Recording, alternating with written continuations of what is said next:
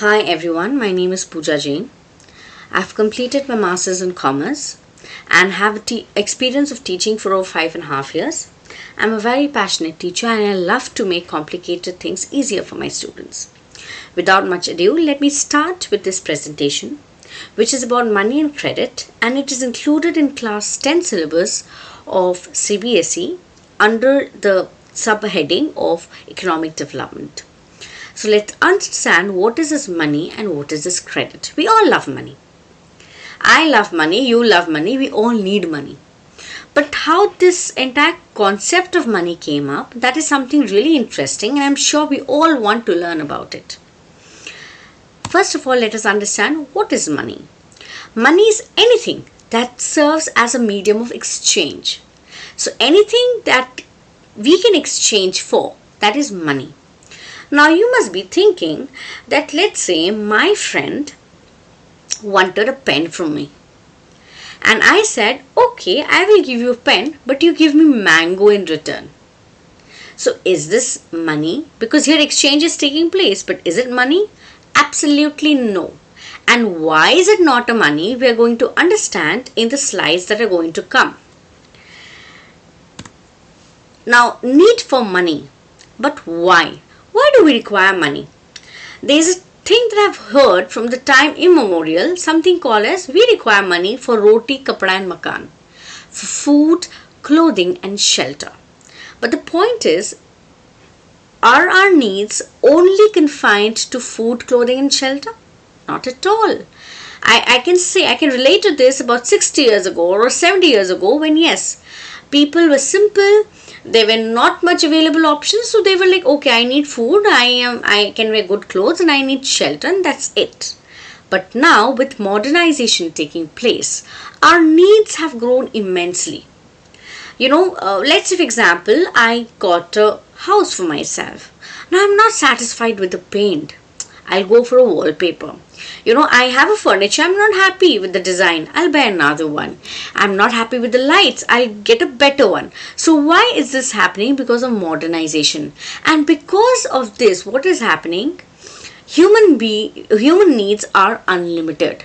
And because of unlimited needs of human beings, this entire concept of money developed. When you talk about the evolution of money, you see there's a cow here. What does it signify? That is known as the barter system. Now what is barter system? Barter system is the example that I gave you. My friend needed a pen from me, I gave, and I told him give me a mango. That is barter system, where the exchange is taking place. But why this barter system did not work? The first reason that the barter system did not work was because of modernization.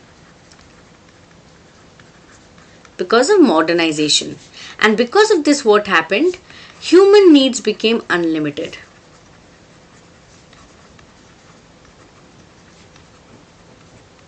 Now, let's see, when you talk about the barter system, what does it hold?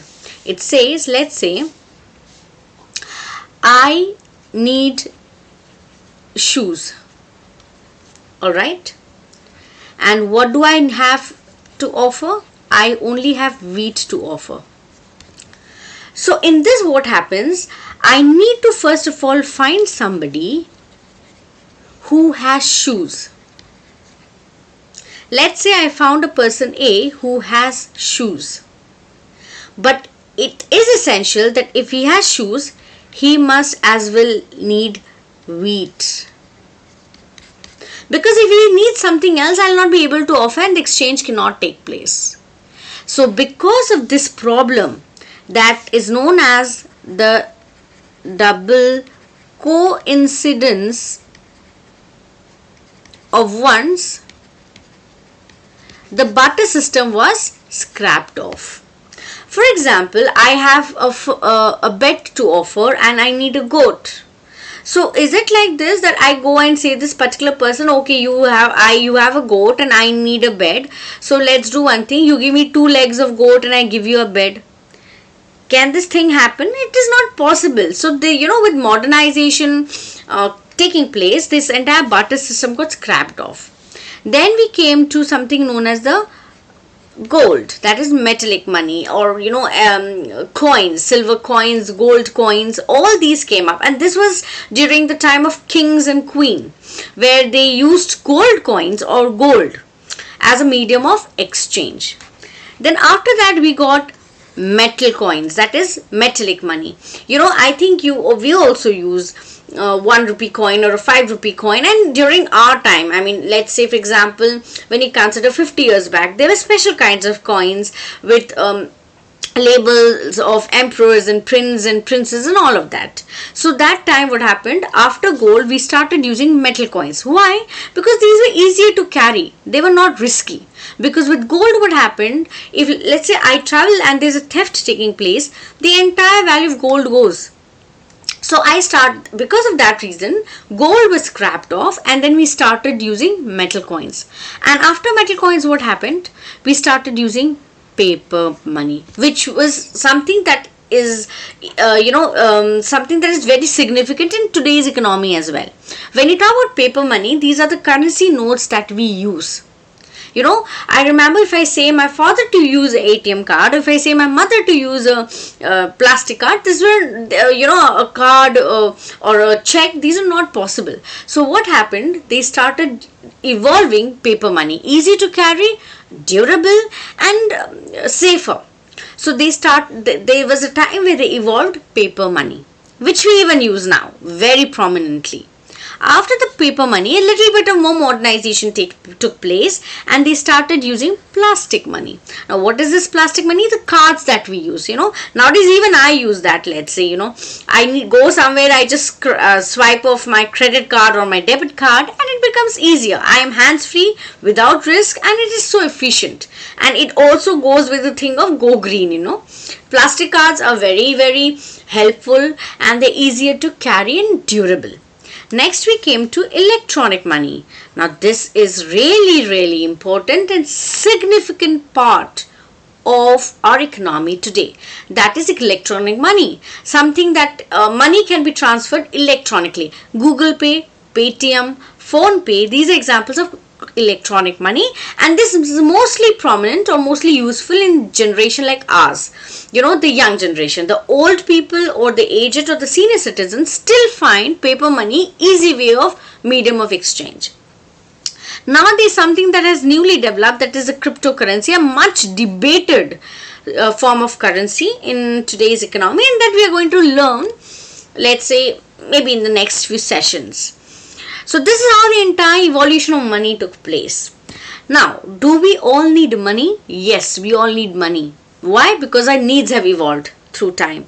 I need to pay my rent, I need to buy clothes, I need to pay for the gas, for the car, I need to pay my college fees, my school fees, I need to, have fun activities, their business expenses taking place, I need to go and see a doctor, etc. Now you see, the needs are innumerable, and because of that, this entire concept of money came up. Now, what are the functions of money? Very interesting, and this entire function of money forms a definition of money. When you talk about money, it's a medium of exchange. Yes, very much. I buy a packet of chips, I pay money. I get a packet of chips, I pay money. I get a pair of shoes, I pay money. So in this case, what happens? It's a medium of exchange, a standard form of exchange. Next there is something called as store of value. Yes, we can store value. We all have savings, don't we? We have a savings, we go and deposit our money in the bank account. Or let's say, my mother keeps her hidden savings in a locker. So all these are store of value. It can be stored. That is why this barter system, was scrapped off. Because if I say that I'll give you mangoes next month, is it possible? Can I store mango for a month? It'll ripe off and it'll get rotten and need to throw off. So it tarnished the value of commodities also. And that is why this particular concept of money came up, which gave a store of value. Then we have functions of money, another set of functions, that is unit of account. Unit of account means you can measure anything against this. Let's say, if I say 1 pen is equal to rupees 10, and let's say 1 pencil is equal to rupees 5. Now you tell me, how many pencils can I exchange for a pen? Your answer would be, ma'am, if one pen is equal to 10 and one pencil is equal to 5, so basically I can give two pencils and I can get a pen, right? How did you find all that? You found all that because we understood that money has a fixed value. Everything is measured in terms of money. Everything is measured in terms of price. And what is this price? A standard unit for exchange. Next is standard of deferred payment. The entire concept of credit. I buy now, I pay later. And this credit is something which is essential in economy, and no economy in the world runs without credit.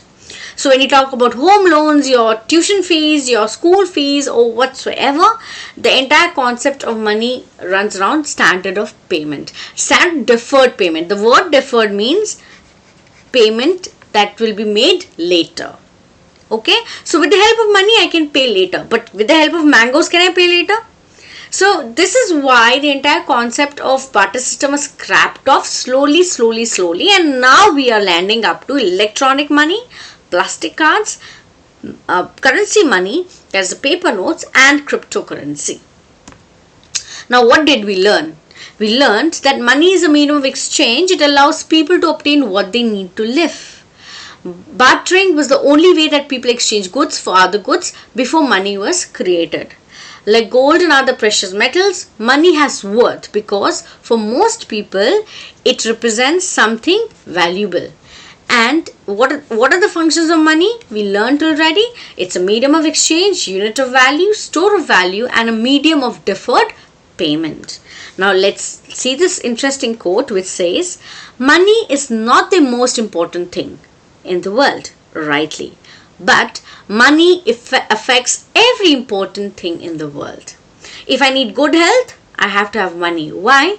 Because I need to go and see a doctor if I need to get a treatment. If let's say for example, I want to live a happy life, I want to go and enjoy, I want to go to amusement park, I need to have money to buy the tickets. So of course money is not the important thing, most important thing, but it is a way where I can achieve certain extent of happiness. So that's all. If there are any set of questions, please feel free to ask, and that is how we end. Thank you so much.